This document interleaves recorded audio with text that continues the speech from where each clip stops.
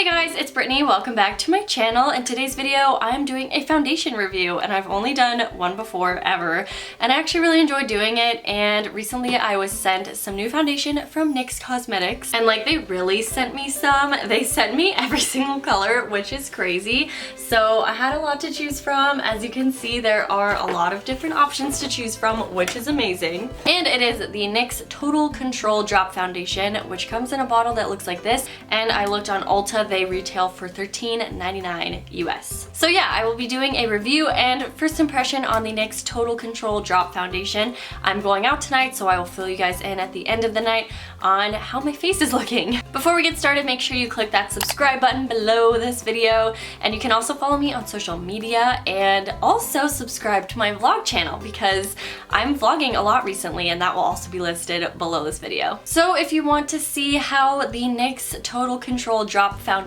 held up on my face and my first impression, then just keep watching.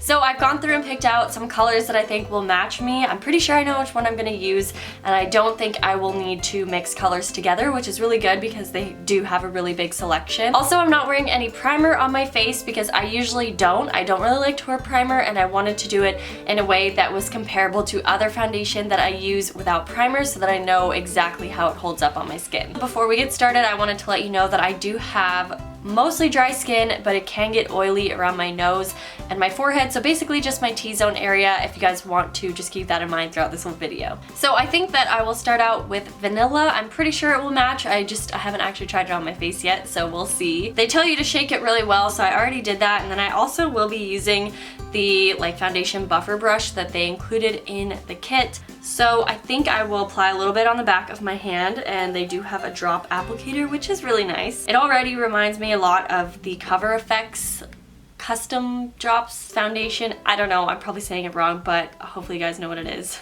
I did about 3 drops on the back of my hand. It says light coverage would be 2 drops, medium would be 3, and then obviously as you keep adding more and more, it should give you a higher coverage, and I'm assuming it's buildable, but I wanted to start out with a sort of medium coverage and then see if I can get a little bit more without looking cakey.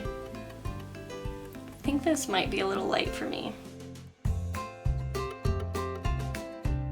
That is what about 3 drops will get you, so I'll go ahead and try to blend it out.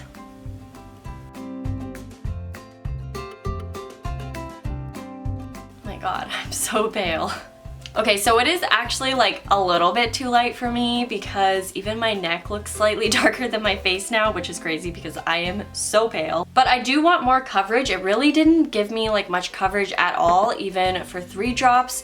I definitely think if you want a medium coverage, you're probably going to need at least like 5 drops to actually cover a lot. I do have some dry skin on my forehead, and it's kind of clinging to those a little bit, which I don't like. But the actual texture is pretty nice. It doesn't make my skin look cakey at all, which is good. So I'm going to add about 3 more drops, and I'm going to add 2 drops of vanilla and 1 drop of buff, which is number 10. The color is definitely better, so I'm gonna go ahead and blend all of that out now.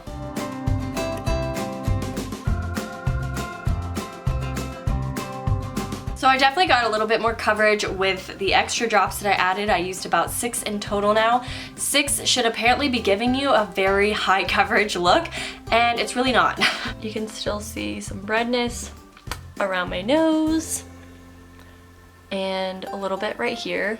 My skin really isn't that bad right now though. So there's still definitely a lot of redness on my cheek, which might not be picking up very much on camera just because all of the lighting makes my skin look totally flawless. I don't have a lot of issues with my skin, but there is definitely redness that is usually covered, and it's really not doing that great of a job. I'm gonna add a tiny bit more to my cheeks just to see if it does cover better.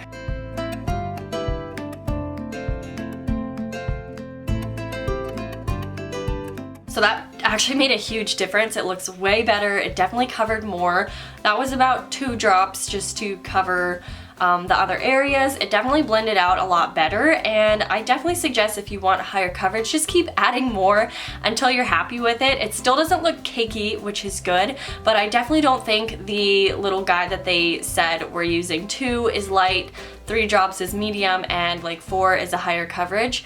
it doesn't work for me, and I usually actually like a light coverage, and 3 drops was just like nothing. So it's actually really nice if you do continue to layer it. I would just definitely suggest adding it until you're happy. Just trying to wipe it off the back of my hand is actually kind of hard, so I do think that this will last a very long time. I'm hoping it will. Since it is making my skin look a little bit more dry, which is not that bad, I would suggest if you have dry skin or combination skin like I do, to maybe mix it in with like a lotion or a serum or something to give your skin a little bit more hydration, or obviously use a very hydrating primer, which I didn't. But I usually don't have to, which is why I wanted to do this, just to see what it actually looks like on my skin without anything on it, because I typically go for foundations that I don't need to use a hydrating primer underneath it. It definitely looks nice. I actually do really like it, just as long as you use a little bit more drops, which really isn't a big deal. For me personally, I will definitely make sure that I use some sort of really hydrating primer or mixing it in with the face lotion when I use it next time. It does still look really nice. It definitely has a matte finish, which I don't hate. But I'm gonna go ahead and finish the rest of my face makeup, and I will come right back. So I'm back. I finally have color in my face again, and I did set my face with the Urban Decay All Nighter Setting Spray because I always do it. And the show that I'm going to, actually I didn't even tell you guys, I'm going to a comedy show tonight. It's a Jim Jeffries comedy show. He's hilarious. It's the second time that I've seen him. But the show doesn't even start until 10:30, and it is currently 4:16, so I have a little bit of time before it gets started, and I obviously want it to last, and I always do it no matter what I do.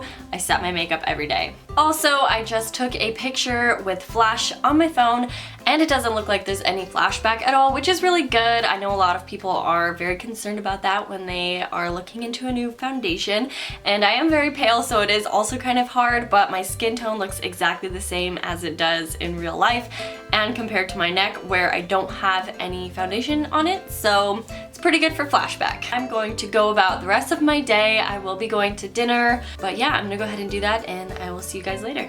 So I am finally back home. It is currently 1:52 a.m. The comedy show started at 10:30 like I said, and it actually went on for quite some time. It was hilarious, and we also did go to dinner before, so as expected, some of the foundation wore off around my lips, which is totally fine. I still don't feel like I needed a touch-up or anything. The makeup actually lasted throughout pretty much the whole night. Like, I feel like it still looks quite fresh. I don't look oily, and it didn't really wear off in too many areas other than around my mouth. And then I was also wearing glasses, so a little bit of the foundation wore off on my nose, on the sides, but that always happens. Overall, I still think that this foundation would be best for people who have normal or oily skin, but if you do have dry skin, I definitely think you can use this. You probably just want to mix it with a moisturizer or a facial serum or something to give your skin a little bit more hydration. So I hope that you guys found this video helpful and liked it, and if you did, please give it a thumbs up